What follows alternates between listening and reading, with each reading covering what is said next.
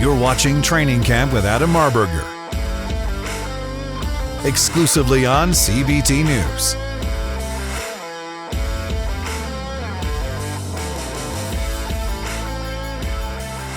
Welcome to Training Camp, exclusively on CBT News. I'm your host, Adam Marburger. I'm a black belt in Brazilian Jiu-Jitsu. I'm a black belt in F&I. This show's designed to help automotive professionals enhance their operations to ultimately receive their black belt. Today, I've got a great show. I've got a gentleman who's a mover, a shaker, doing great things in his dealership. I've got Joseph Robinson with Robinson Toyota. Brother, thank you for taking the time to spend here with us. So glad to be here. You know, I've known you for a while. I've followed you online. I've met you in person, even in your store.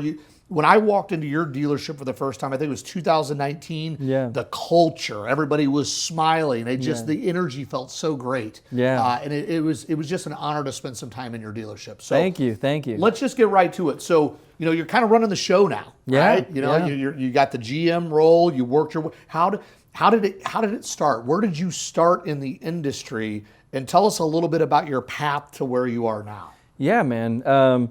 So I started, my father purchased the store 30 years ago. So when I was young, I grew up coming to the dealership, but it was about an hour away. So I'd spend my weekends going up there, washing cars, doing that kind of thing, running cars up there for service for my dad. And then I went on my own way and decided to get into the banking industry when I got out of college. And I hit the age of about 30, and I woke up one day and I realized I had this opportunity to go back and work for my father at his Toyota dealership. And so I decided to leave Texas and come back home to Tennessee and start working for him. So for my first job, I was a porter, and so I started off at one of the most entry-level positions. I went from porter to changing oil to shadowing technicians to then going into the parts department, and then from the parts department I went to the sales floor. And at that point, I was really just kind of floating. I didn't really have a real role, but I went through the NADA Academy during this time. And I remember my first day there, they were like, who's a GM, who's this, who's that, and who's a floater? And I raised my hand and I said a floater, because I didn't really know my way in the industry at that time. But I'd finished the academy, then I would join 20 groups where I met Jim Henney, who we'll be hanging out with today. And I started learning from these great minds in our industry. And one thing about me is I'm always interested in change and adapting to what's new. So I would listen to these ideas these other guys would have, and I'd come back and I'd bring them to the store. And then so when this happens, I then become the general manager-elect that you go through a year-long process with Toyota where they kind of put you under a microscope, your store, to make sure that everything's good. Before they give you the title of GM. So we went through this year of me being under a microscope. I learned from these guys, added some great things to the dealership, and I was able to earn the GM title about 6 months before COVID hit. And then that was one of the greatest challenges, was adapting to the industry during that change, which thankfully I was in another 20 group, and I got with some other great minds, and they really helped me navigate through COVID. And actually, we were able to find some growth in our store during that time. And my father, it was important to him to help me become a dealer principal so that one day when he decides to fully step out, it'd be a smooth transition. So in October, about 6 months ago, I was approved by Toyota to be a dealer principal. Congratulations. Thank you. That is fantastic. So that's kind of my what story. What an incredible accomplishment. Yeah. You know, I'm going to ask you this too, because I mean, you know, I'm very partial to Toyota Lexus. I got an OEM contract. I know. I saw. I'm very What's your favorite Toyota Lexus model, or Toyota? What's your favorite? What do you drive? What's your favorite model? I just want to know. I would say there's two. It'd be the Supra and the Land Cruiser. Yeah. Those are my two. And if I had to pick one, I have a 1998 twin turbo, 6-speed manual. Fun. Yeah, so that's my baby. So Supra might be my absolute favorite. Yeah, in your store, you're kind of known as that kind of not you always dress well. I Thank follow you you. on that. You're always outdressed Hey everyone. man, I'm always trying, dude. So, but you're that culture, that leader, mentor in your store. Yeah. When you took the reins of kind of like that culture type Yeah. guy, where was it before, and how difficult was it to get it to where it is now? What were some of the kind of challenges along the way, and how did you get this and like I said, I've seen your culture. You can feel it, you can smell it. How did you get it there? Yeah, man, great question. When I first got there, we had a parts department, we had a service department, and we had a sales department. And each one of those departments operated for themselves. And what happened was it's like a boat. If you have everybody in a boat, a dealership is like a boat, and it has multiple departments, and each one of those departments are rowing in their own direction, that boat's just going to sit there and spin in a circle, and that dealership can't grow and go on to the next level. So I knew that I had to get all the departments of the dealership working together, and when I was first there, that just wasn't the case. And unfortunately, some people made their exit through the store, and I was able to start building a team around me, and I really built a culture of we're one dealership. You're not just a service department, not a parts department. Y'all are a fixed ops department. Service and parts are really one department that helps support new and used. Yes. And now we have it where we have meetings regularly throughout the week where we'll have service, parts, sales, everybody together in one meeting, and we're talking about what's going on, making sure the customers are getting taken care of. And so now the communication throughout the dealership is so fluid. And I think we really lacked that general manager position for a long time, somebody who can make a decision for what's best for the store. And ultimately, my guys know that about me, is that I'll make a decision. It might not be best for this department or that one, but ultimately they know my decision's best for the store, and they trust in my decisions, and therefore we've all been able to row in that same direction. That's what's taken our dealership down the ocean. So it's been a lot of fun, man. I love that. I'm going to make a statement too to those listening. That is brilliant advice, getting every department rowing in the same direction. I want to make this very clear. I started as a porter, by the way. Yeah. Right? So from porter to dealer principal, we are in business to sell and service cars and provide solutions to our clients. That's what we're there to do.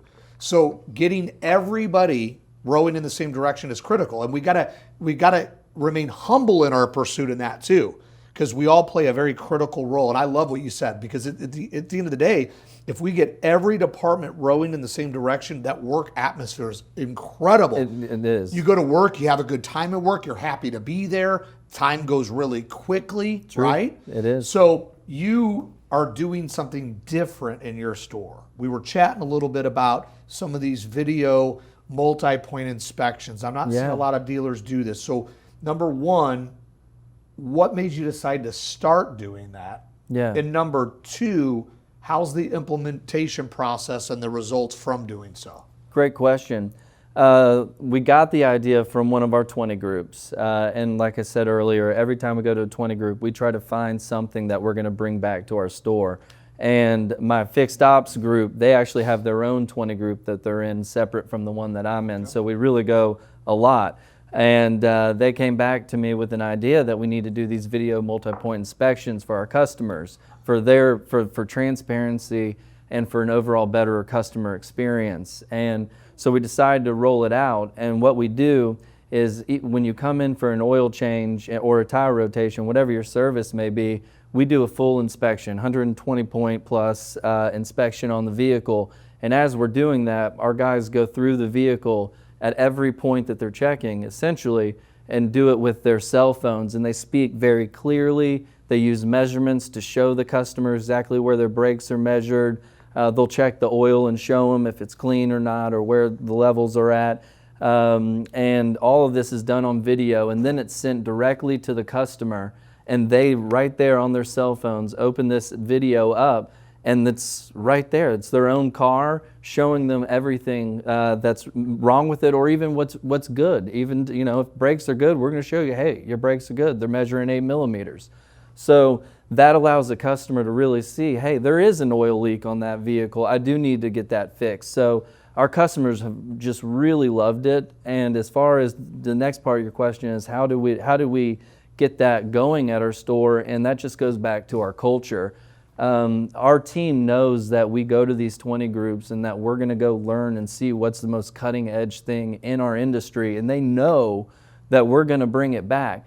And we have complete buy-in because they know that these things that we're going to bring back are good for the dealership, it's good for the team member, and it's good for the customer. If it meets those three things, we know it's a win-win. Yes. So that's why we brought it back. Everybody bought in. And in fact, what's crazy, Adam, is if I were to take it away and say, we're not going to have video multi-point inspections anymore, I think my technicians would have an uproar because it's been so beneficial to them and their production. That is awesome. Yeah. You know, we were also talking before the show, you know, about the current state of the affairs. We talked a little bit about tariffs. We talked a little bit about margin compression. Yeah. You know, margin compression is a real thing. I mean, Yes, it's sir. getting more difficult to hold gross on the front. And so, you know, as an industry, we're looking at a couple different areas. You know, we're looking at F&I. Yes, sir. We're looking at fixed ops. We're looking for more opportunity in the used car segment.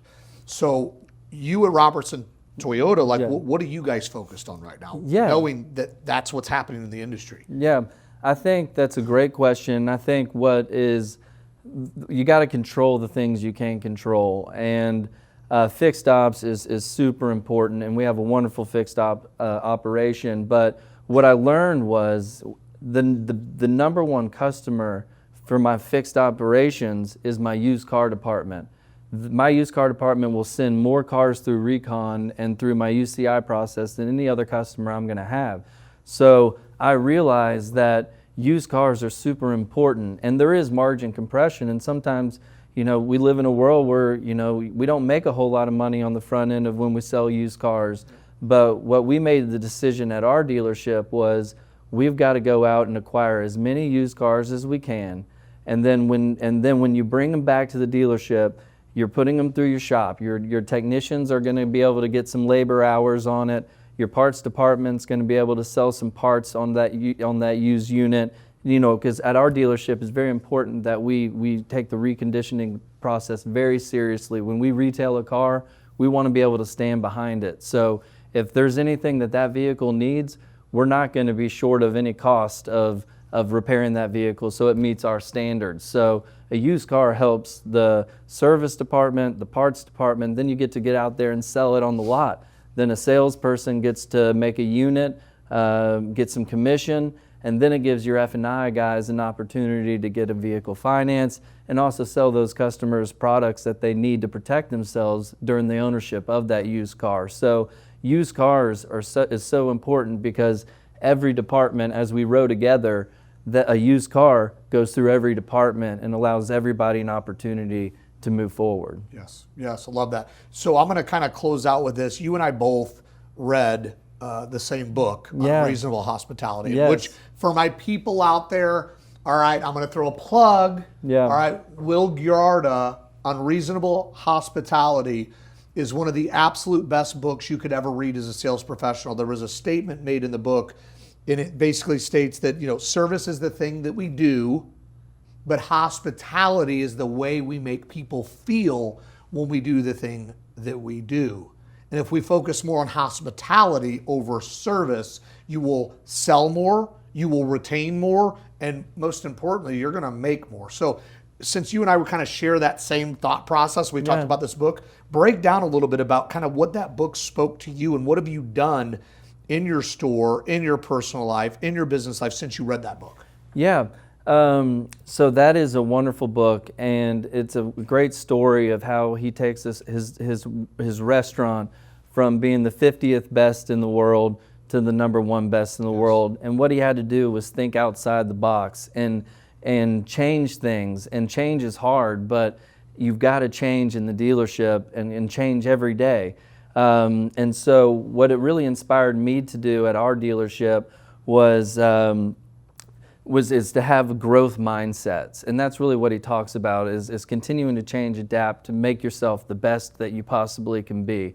And so he has a lot of growth mindset. And so what we did at the dealership was I printed off a list of 15 of the greatest salespeople in the history of the United States. I went to Google and asked Google who these people are. I passed it out to my sales team and I said, I want you guys to write your name next to somebody who inspires you. And each salesperson did. And then I said, we're going to make a presentation on these salespeople. I want you to make a presentation on this salesperson. I want you to research about them. Tell me what made them successful. What kind of background did they come from? What kind of mindsets did they have? What made them successful? And you would think a lot of times at a dealership, people are like, I'm here to sell cars. I won't do something like that. But we had great response. And so all my team members picked these different leaders and great salespeople over time, made these presentations, and what we found was everybody has a growth mindset, and even if someone had started off in a tough position, they worked their butts off and put in the work and had positive mindsets and put the right people around them and had visions and executed those visions and ultimately became the leaders of their industry. And when we spoke about this, everybody, that culture started changing too, because we all knew, hey, we needed to have growth mindsets.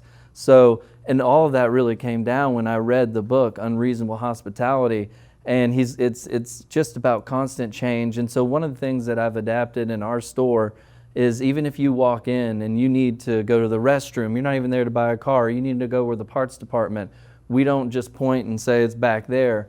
We will escort you. We'll say, follow me, I'll take you to that department. And so we make sure that if someone walks in, they're never lost within the dealership. Someone's there taking them around, showing them what they need to know, and just to continuing to grow, to be better, and know that each day, hey, we might change a little bit, but change is good, and change is what makes you grow and getting outside your comfort zone. And I'm just so proud of the team that I have because they all have growth mindsets, and I think that that's really what's taken our dealership to the next level, Adam. Yeah.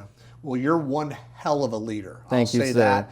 Thank you. I hope you'll come back again on the show. Oh my gosh, sooner I'd love than later. to. Yeah. I appreciate you taking the time sharing Yes, some man. of this wisdom. Yeah. Thank you for joining us, Thank my brother. you so much for Keep having doing me. great things. Yeah. And thank you again for joining another episode of Training Camp exclusively on CBT News. If nothing changes, nothing changes. We must take action in our stores and be willing to invest into training and development. See, training's not something that we did, it's something that we must do. And I'll sound off with this. Fights are never won in the ring, fights are not won in the cage, they're won in training camp.